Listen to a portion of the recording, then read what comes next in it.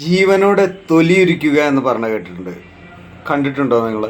എന്നാ ഒന്ന് കണ്ടു നോക്കൂ. ഇതാ ഈ വീഡിയോ. എന്റെ സുഹൃത്തെ, താങ്കൾ എന്തിനാണ് ഈ കിടന്ന് തിളയ്ക്കുന്നത്? 543 സീറ്റ് ഉള്ളിടത്ത് നിങ്ങൾക്കാകെ ഉള്ളത് 2 സീറ്റാണ്. ഇല്ല, ഞാനും പുലിയച്ചനും കൂടെ മാനെ പിടിച്ചു തിന്നു എന്ന് പറഞ്ഞതുപോലെയാണ് ഇടതുപക്ഷത്തിന്റെ അവകാശവാദം. പോയിക്കോട്ടെ. പിന്നെ നരേന്ദ്രമോദിയെ പറ്റിയൊക്കെ അദ്ദേഹം പറയുന്നത് കേട്ടില്ല. നരേന്ദ്രമോദി ആരോ കൃഷ്ണന്റെ എന്റെ സുഹൃത്തെ നിർത്ത്. ഞാൻ നിങ്ങൾ പറഞ്ഞപ്പോഴൊന്നും വലിയ ക്ഷോഭിക്കാം. നിങ്ങൾ ഈ നാട്ടിൽ ആരുമല്ല സുഹൃത്തെ. ഇപ്പൊ കേരളത്തിലെ അവസ്ഥ പറഞ്ഞാൽ നിങ്ങൾക്ക് ഒരു സീറ്റേ ഉള്ളൂ. അവിടെ നിൽക്ക്. അധികം തിളയ്ക്കാനും മാത്രം ഒന്നും ആയിട്ടില്ല.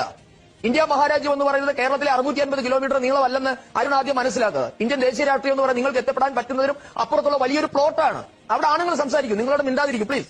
നിങ്ങൾ ആകട്ടെ, നിങ്ങൾ ദേശീയ രാഷ്ട്രീയം ചർച്ച ചെയ്യാനുള്ള പക്വതയും പ്രായമൊക്കെ ആകട്ടെ, അപ്പോൾ നമുക്ക് സംസാരിക്കാം. നിങ്ങളോട് വെയിറ്റ് ചെയ്യും. നിങ്ങൾ അത് ജയിച്ചു കാണിക്കും. നിങ്ങൾ എവിടെയെങ്കിലും 100 വർഷം കൊണ്ട്, അതെ 100 വർഷം കൊണ്ട് ഒരു 10 സീറ്റ് ജയിക്കാൻ പറ്റാത്ത പാർട്ടി ചാനലിന്റെ ഫ്ലോറിൽ വന്നിരുന്നത് ഞങ്ങളെ എന്താ പഠിപ്പിക്കാൻ വരിക?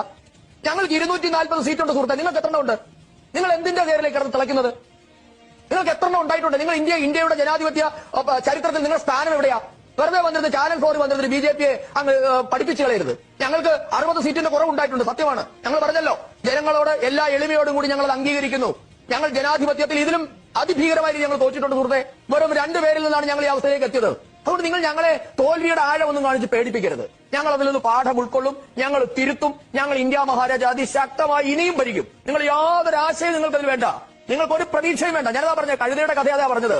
അലക്കുകാരന്റെ കഴുതയെ പോലെ എന്തെങ്കിലും അലക്കുകാരൻ ഭാര്യയെ കെട്ടിച്ചു തരുമെന്ന് വിചാരിച്ച് നിങ്ങൾ ഈ കോൺഗ്രസിന്റെയും BSPയുടെയും സമാജ്വാദി പാർട്ടിയുടെയും സ്റ്റാലിന്റെയും മമതയുടെയും ഒക്കെ തിണ്ണു നിരങ്ങാനേ നിങ്ങൾക്ക് യോഗമുള്ളൂ. അതുകൊണ്ട് അവിടെ നിൽക്കൂ. ഞങ്ങൾ പറയട്ടെ.